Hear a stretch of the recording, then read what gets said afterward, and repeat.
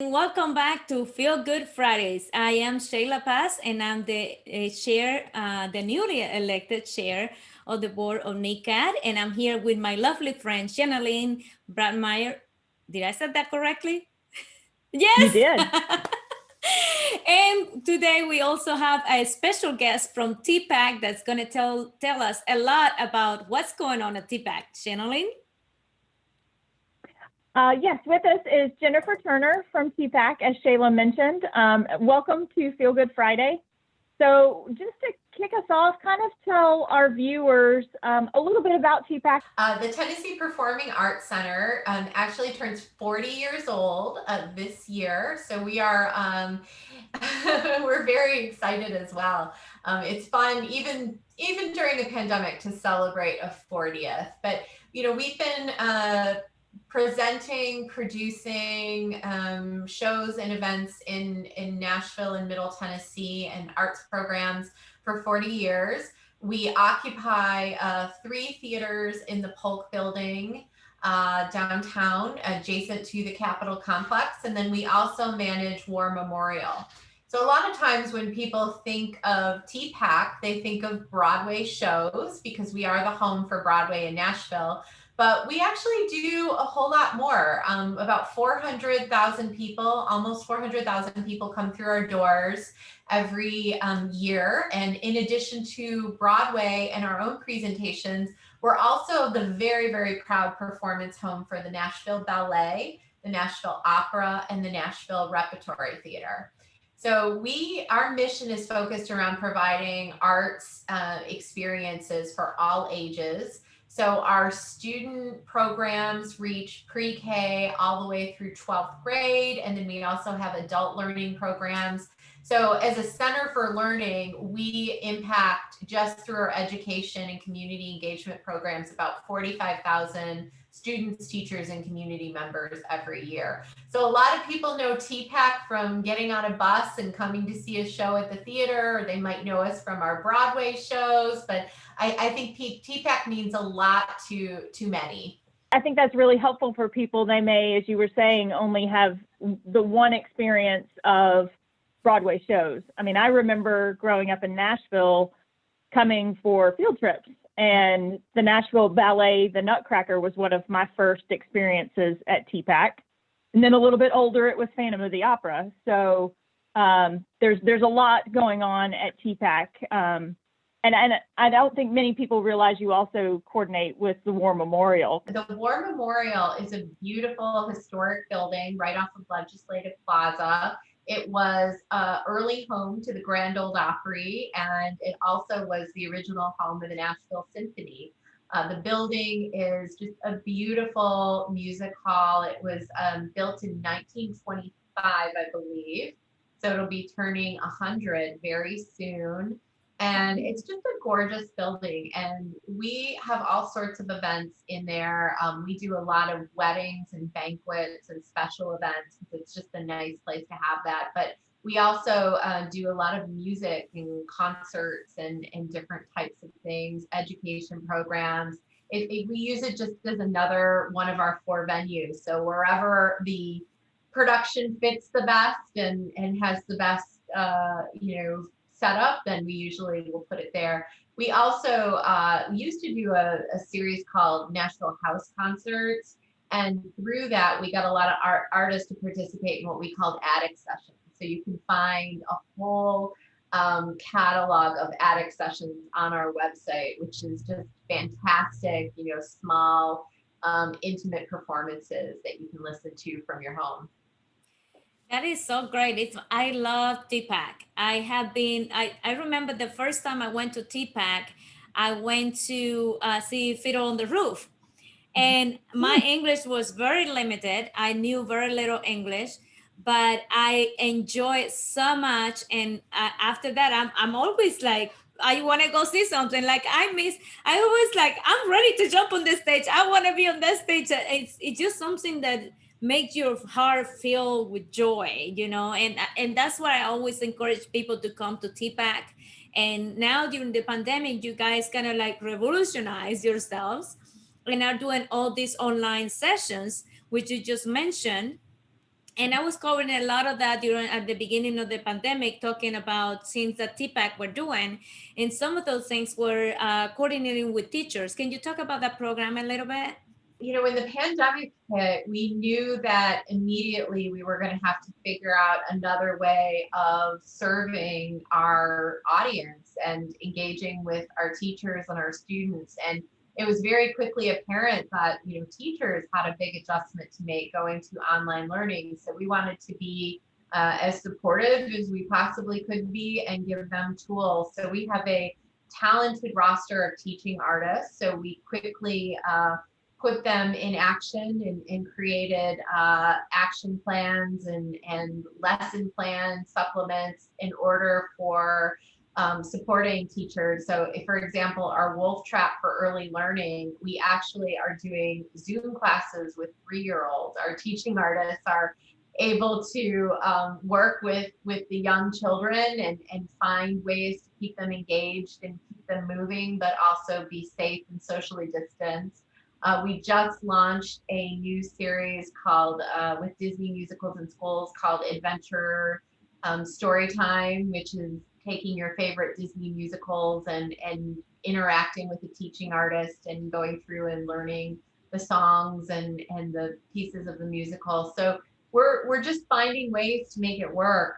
We're doing a lot of our in-person bus shows. We are putting those into a virtual setting and then also providing accompanying lesson plans so the teachers can show the program virtually and then have classroom conversations about it. So we're just finding ways to make it all work, but we know that it's an important piece that the kids are missing with some in virtual school, some in school, but hybrid models. So we're doing everything we can to help support our education community during this time. When COVID hit and how you switched from everything, I mean, your entire model had to change, performances, your staff. Kind of speak to how you've adjusted and what's going on now that this pandemic has continued and what is going to look like in the future. When you look back on it, it's almost been a year now. And when we first started getting into it, we started hearing about it actually at the end of January, early February from our colleagues in China overseas. So, and we knew that there was something going on, and my our COO and I, had both been working at theaters when the H1N1 flu was, going, when that was being, discussed. And so we had developed, plans for remote working and cross training of different departments and enhanced sanitation measures for your public audience. So in February, we were starting to put those plans into effect, not understanding the full scope of what we were dealing with, but knowing that we needed to take some action. And so we had already sort of started that, enhanced cleaning and sanitation protocol. And then as it started, March began and we realized that this was spreading very rapidly and very serious. And we started to see different states and municipalities closing down the theaters. We realized that, to keep our public and our patrons safe, that we were going to have to take this very drastic step. So we worked very closely with our touring partners. The Broadway product especially is a very balanced ecosystem. You have producers, shows, artists, hotels, bus companies, airlines, venues, marketing, all that is coordinated for these cross-country tours. So for that to go off successfully, it takes months, sometimes years of planning. And so to unravel that without any sort of sense of when we would be returning or emerging from the close down was a bit unsettling. So we went through a period at the beginning of just rescheduling and moving things out 30 days at a time. until we had the realization that this was going to be a lot longer than we expected. And so we immediately went into long-term planning to see how we could not only get through a pandemic of an undetermined duration, but also how we could continue to stay engaged with our audience and still deliver on our mission. You guys, I just didn't, when you started mentioning the different parts, you don't think like that when you are on this side as a spectator. What does involve to have to put together a show? You have artists, you have producers, you have airlines and so forth, all the different parts, it's like, like a puzzle that you have to put together for a show. And we don't realize that in that cost a lot of money to have to cancel something, and much more a year, So I know that you guys depend on ticket holders, season ticket holder. How do you guys manage that part of the issue? Our ticket holders have been fantastic. They have been so patient with us. We have had to come back to them multiple times and say, what we told you last month, it's changing again. So I applaud their patience through this entire process. We had just announced our 2021 Broadway season just a few weeks prior to our shutdown. So we were very excited. It was going to be a great season with a number of Nashville premieres, which we were very excited about. So as the remainder of our 1920 season started having to move out, we realized that our 2021, our new season, was in jeopardy. So we immediately shifted to a very flexible ticketing policy. We instilled a patron promise that allowed patrons to hold on to we could hold their money on account, we could return it, refund it back to them, or they could donate their tickets. And so we were just amazed by the generosity. As a nonprofit, we rely on that contributed income from our supporters, and we just experienced so much generosity from patrons who elected to donate tickets back to us during this time of need. But we did, we were able to retain on account without any penalties or anything, so that when we are able to announce the rescheduled shows, then we can just apply those funds to the next season. So we're doing everything we can. Things have been shifting and moving, but we're trying to retain as much of that 2021 season as we possibly can for 22-23 when we're allowed to safely reopen. And we should be able to make some announcements about that in the next couple months, because I know people are anxious to know when they're able to get back into the theaters. Incredible. Thank you so much. And I'm thankful to the people that kept, supporting you guys, because we need art. We do. It is important. We do. We were one of the first to put together a recovery fund. It's called the TPAC Forward Recovery Fund. And we were very specific. It was recovery. We are here for the long haul. Our resident companies can't wait to come back. We are excited to come back. But in order to come back safely, there's a lot of modifications and things that we're doing inside the halls. Our teams are working hard to make sure the environment is as safe as possible. So I know that patrons will be assured by, when we start communicating those efforts, that we've taken every precaution to make sure not only our artists and our staff and our crew, but our patrons are safe coming back. Fantastic. Well, and that's a good segue into how you're planning to reopen. Kind of in the meantime, tell us about some of that digital programming. If somebody's really missing TPAC and missing the arts, how can they still connect? And are you still having programming or, outreach course things that they can participate in? Kind of talk to us about the digital world that we're all living in.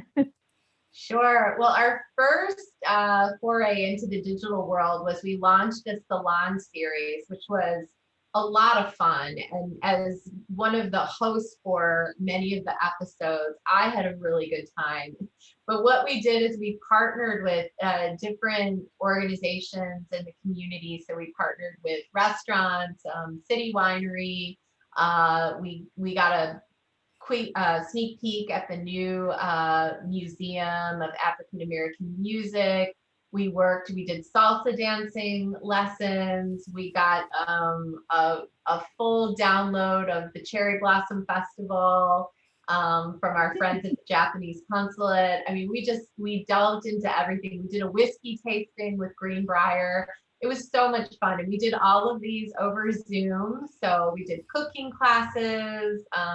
We looked at some of our arts education community partners. We had a great conversation with Dr. Ricky Gibbs at Warner Schools. So we really just found ways of exploring our TPAC's connections with our community partners and highlighting those. That was a lot of fun. We did, I think it was over 8 or 9 episodes of that, basically through the summer and the fall. And then our education department had planned to do a one-man Christmas Carol by Mark Cavus. It's something that we presented for years on the TPAC stages. So we had students that were, looking forward to it. And so when we realized we weren't going to be able to bring students into the theaters, we thought, well, let's just make a movie. And, we were not movie makers, but we found a really fantastic, prestigious production team that worked with us to create this virtual film. And we were able to present it to students, and it was viewed by over 20,000 students across the state. So digital gave us opportunities that our in-person performances don't always allow us. We're limited on number of seats and how many performances, but the digital offering lets us expand that reach. So we were able to reach students much further geographically than we would have been able to with an in-person performance. And then we were able to offer it to our community, and we had about 3,000 people download and view the Christmas Carol production, and we were very, very excited about that. Very cool. Yeah. So what are Very the innovative. plans? Yes. What are the plans to celebrate the 40th anniversary? How are you guys gonna celebrate and get everybody involved in the celebration? Well, as I mentioned earlier, we were so looking forward to the 2021 Broadway season and celebrating our 40 years old. But unfortunately, the pandemic had other plans for us. But we thought that it was still important to acknowledge this huge milestone. 40 years is an accomplishment in this community, and we really wanted to find a way to recognize it. So we determined that we would do a virtual 40th anniversary celebration. And it was very important to us to not only feature performances by Broadway stars, Tony nominated Susan Egan, plus actress, Broadway star and recording artist Diana DeCarmo, but we wanted to also feature our education partners. So our Spotlight Award winner, Hattie King, is going to be featured. And then we turn to our resident companies. Our audience is missing the ballet, the opera, and the rep just as much as we are. So we went to our resident companies and asked them to come back to the Polk stage and perform for our 40th. So we've been filming that. It's produced by Matt Logan, and it's hosted by actress Tamiko Robinson Steele. So we're so excited. It's going to be February 20th, and it's free to watch. So we wanted to make it as accessible and open to the public as possible. But you can also pre-purchase an at-home gourmet dinner and appetizer packages from Juniper Green. So you can have that experience as you're watching the virtual performance and celebrating the anniversary. So, and we have a couple special guests and announcements. So we hope that you'll tune in. I don't have a glass of champagne with me right here, but the bottle is sitting right there. You cannot see it, but I'm He's pointing. got it I'm ready. pointing what it is right there. It's right there, right there. I got a bottle of champagne, so I'm gonna be toasting for you guys, and I know that it's gonna be an incredible celebration, and I can't wait to see how it turn out. Thank you. And if people want more information about it, how do they find, what website should they go to find more information about that and just TPAC in general? Sure, you can go to tpac.org, or you can go to tpac.org /Broadway for information on our season. We also do a lot of social media posting, so if you want to check us out on Instagram or Twitter or Facebook. I don't know if we snap, but we might snap. I don't know if we do, but I definitely know we have Insta and Facebook and Twitter, and you can follow us there. You gotta go check it out and tune in. Yeah, that sounds really interesting for the celebration of people can order food, and that money, does it go to that Forward Recovery Fund? It does, yes. All of the proceeds from the 40th anniversary celebration will go towards the TPAC Forward Recovery Fund. So we encourage people to support the event by just not only watching, but there's a lot of ways that corporations and individuals can also help underwrite some of the costs and contribute towards the fund, but also by purchasing these fantastic dinners and packages. I do believe that there's a bottle of wine that comes with some of those purchases. So a nice compliment to your champagne. You know, the team has Tiana already. Okay, I'm getting mine right now. I was about to say, this sounds so fun. I mean, in 2021, this is fun. This is a unique way to do this, where people can participate and feel like they're connected to everybody else. And I think that's what we're all missing, is that connection with our community. And it's a great, safe way to do that and still have a lot of fun. So that's really an innovative way to celebrate. I'll just say one more thing about the fundraiser. I was at the theater over the weekend with my mask and socially distanced, doing some production work for the film. And we heard that the artists were just very overwhelmed by being back on the stage. So as much as our audience, we know, misses being in the theater and back in those seats, those artists desperately miss that stage. And so we all, we're making do, and we're making this work, and it's a lot of fun to virtually celebrate, but we are counting down the days until we can experience the power and the beauty of live performance together in the same space. Yes. I'm ready. Yes. I'm always like the one that I've been with the camera here and there, always running everywhere, and I've been in here for a whole year. So I will feel the same way the artists feel about the stage, not being able to be on that stage and perform for the live audience. It is hard. I love watching all of the performers, dancing in their living room or doing things outside. And it's just really, our creative community always can be counted on to rise to the occasion of a crisis or a pandemic.